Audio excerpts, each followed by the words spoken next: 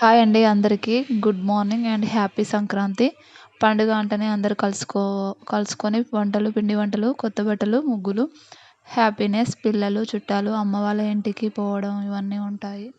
అందరూ పిండి వంటలు చేసుకున్నారా? ఏం పిండి వంటలు చేసుకున్నారు? మేమైతే చేబిళ్ళలు, కారపప్పులు, పూరీలు చేసుకున్నాము. తినని వాళ్ళకి అమ్మ, తినని వాళ్ళకి పాలకూర ఫ్రై చేసింది. డాడీ మటన్ తీసుకువచ్చాడు. మటన్ వండుతుంది అమ్మ. ఇంకోవైపు బగారా రైస్ చేసింది. బగారా రైస్ అంటే అందరికీ ఇష్టమే, కానీ చేయడమే కొంచెం కష్టం, టైం పడుతుంది. కానీ టేస్ట్ మాత్రం వేరే లెవెల్ ఉంటుంది. అందులోకి మటన్ కర్రీ వేసుకుంటే ఇంకా మాటలే ఉండవు, అంతా సూపర్గా ఉంటుంది. చాలా రోజులు అవుతుంది అమ్మ చేతి వంట టేస్ట్ చేసి. ఈరోజు ఒక పట్టు పట్టాల్సిందే. పిల్లలకి మరి అని అంటారా? వాళ్ళకి తినిపించినాకనే నేను తింటాను. పండగలకి ఫస్ట్ ఇంట్లో పెద్దవాళ్ళకి పెట్టినాక అందరు తింటాము. ముగ్గులు వేశారా అందరూ? నేనైతే ఈసారి చాలా సింపుల్గా వేశాను. మా చిన్నోడు అయితే నన్ను ముగ్గులు వేయనీయలేదు. ఈసారి అయితే చాలా సింపుల్గా వేశాను. తిన్నాక కొద్దిసేపు అయితే కైట్ ఎగరేసాము.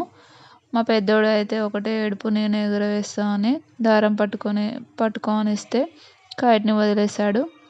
కైట్ పోయి ఎక్కడనో పడిపోయింది. మా ఇంటికాడ అయితే మా ముగ్గురు పిల్లల్ని పట్టుకొని ఇవన్నీ చేసుకోవాలి. ఎంతైనా అమ్మ హెల్ప్ లేకుండా చేయడం అయితే చాలా కష్టమే. నేనైతే ఎలా చేసుకోవాలో ఏమో. అమ్మ నాకైతే పాలకూర కడగమని ఇచ్చింది. పాలకూర ఫ్రై చేస్తానన్నది. అందుకనే బకెట్లో వేసి అంత మంచిగా కడుగుతున్నాను. పాలకూర తినడం వల్ల చాలా లాభాలు ఉన్నాయి. పాలకూర అంటేనే కంటికి మంచిగా యూజ్ అవుతుంది. కళ్ళు మంచిగా కనపడతాయి. విటమిన్ ఏ కూడా లభిస్తుంది. అందుకనే పాలకూర తినాలి. వీక్లీ 3 times అయినా పాలకూర తింటే చాలా మంచిది. బగారా రైస్ అయితే అమ్మ చేస్తుంది. రైస్ వేసుకుంది అందులోకి. నాకైతే అసలే చేయరాదు. అమ్మని చూసే నేను నేర్చుకున్నాను.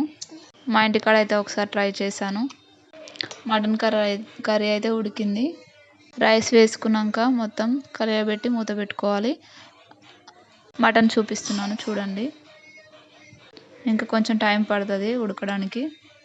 పాలకూర వాటర్ అంతా పోవడానికి జల్లిగిన్నెలో వేసుకున్నాను. నెక్స్ట్ అయితే ఎల్లిపాయలు పొట్టు తీయమన్నది మమ్మీ. ఎల్లిపాయలు పొట్టు తీస్తున్నాను. పిల్లలకి మా చిన్నోనికి అయితే సెర్లాక్ వండుతున్నాను తినిపించడానికి. పొద్దుగాలనే వాడికి సెర్లాక్ తినిపిస్తాను, లేకుంటే ఒకటే ఏడుస్తాడు. ఉగ్గుకైతే పప్పులన్నీ తీసుకోవాలి. పల్లీలు, బాదం పప్పు, పిస్తా అవన్నీ తీసుకోవాలి. అవన్నీ తీసుకొని కడిగి, బియ్యం కూడా తీసుకొని కడిగి ఎండలో ఎండబెట్టుకొని చేసుకోవాలి ఆ పొడిని. తర్వాతకి తినిపించాలి పిల్లలకి. పాలకూర ఫ్రై చేస్తున్నది అమ్మ. కొంచెం సబ్స్క్రైబ్ చేసుకోండి ఫ్రెండ్స్. ఇక బాయ్, ఉంటాను.